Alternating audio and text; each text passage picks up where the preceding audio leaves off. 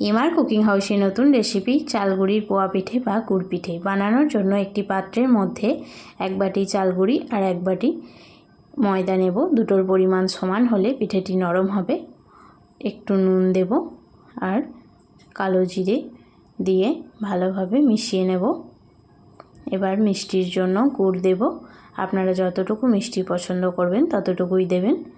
আর room temperature জল অল্প অল্প দিয়ে একটা মিডিয়াম ব্যাটার তৈরি করব। ব্যাটারটি ভালোভাবে ফেটিয়ে নিতে হবে।